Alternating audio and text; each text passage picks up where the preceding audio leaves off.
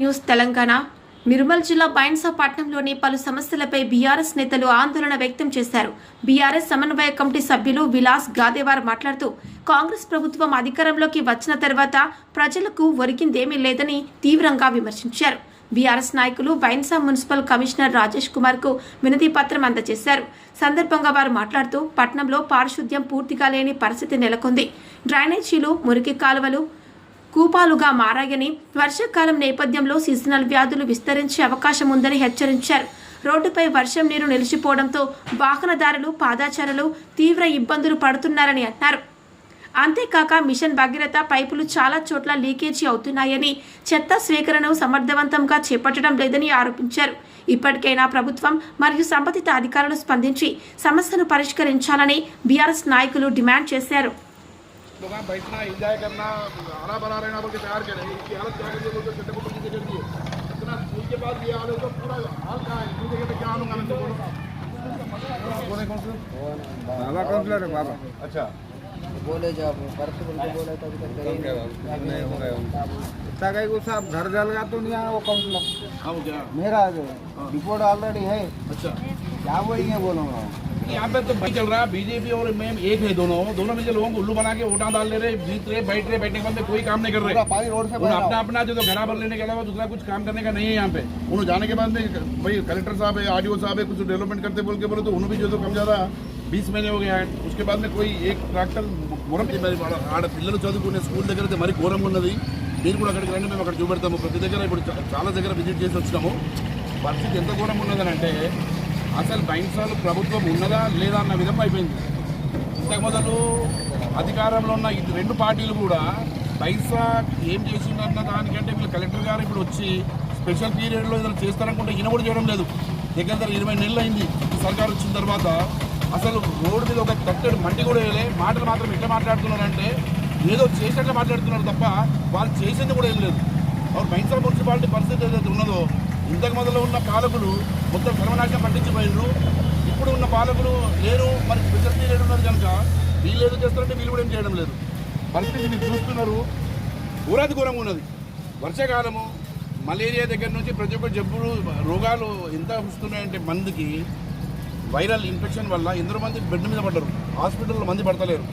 అయితే కూడా ప్రభుత్వం నిద్రపోతున్నది. మరి మండే నాడు, మంగళవారం నాడు, సోమవారం నాడు అంగడి బజార్లో పోయి చూస్తే అయితే సర్వనాశనం ఉన్నది. అసలు ఎవరికి ఏం చెప్తే అంత పట్ట కూడా పోతున్నాం. దీని గురించి మేము కమిషనర్ గారు కూడా మెమోరాండం ఇస్తాము. మా పార్టీ తరఫున దీన్ని 100% ఖండిస్తున్నాము.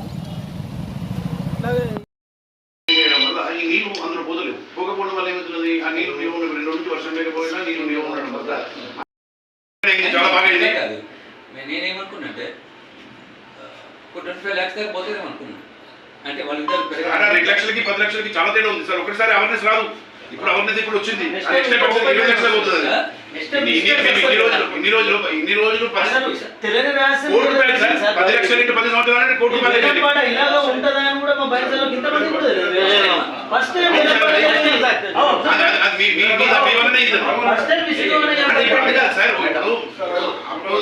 సహకారం 100% ఉండదు సార్. మొదలు ఎక్కడ కూడా లేదు. మరి ఇక్కడ ఇప్పుడు బీజేపీ వాళ్ళు వచ్చిండ్రు, బీజేపీ వాళ్ళు ఉన్నారు. మరి వాళ్ళు శివాజీ విగ్రహం కూర్చోబెడతారు. ఎందుకు కూర్చోబెడతలేరు? అది వాళ్ళ పర్సనల్ ఇష్యూ సార్, మాకు సంబంధం లేదు. ఆ శివాజీ విగ్రహం ఇనాగ్రేషన్ మేము పోతాము, మేము ఆయన జయంతి రోజు మేము పూజలు చేస్తాము, అవన్నీ నడుస్తాయి. కానీ కాకపోతే అప్పటి వరకు అది విగ్రహం కూర్చోబెడితే ప్రాబ్లం లేదు. విగ్రహం కూర్చోబెట్టడం చేత కాకపోతే కనీసం అది మూసేస్తే మనుషులు ఎవరైనా పడి చచ్చిపోయిన తర్వాత మనం బాధపడడం అంటే ముందు జాగ్రత్త అయితే మనం చూడాలి కదా సార్. అది అది మీరు ఏం చేస్తారో నేను మూసండి.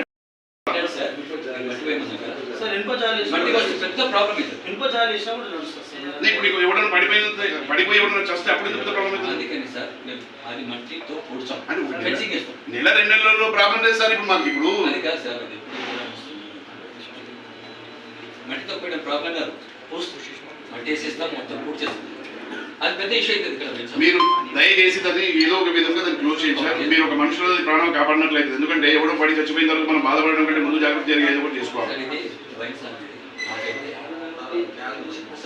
అవును, నేను ఓల్డ్ సెక్రటరీ ఆర్గనైజర్ అంటే సౌత్ జోన్ చేసుకొని వచ్చాను. 6 సర్కిల్స్. అవును, లైట్ బంద్ కర్ దో. ఓకే. ఈరోజు బైన్సా పట్టణంలో వివిధ వార్డులలో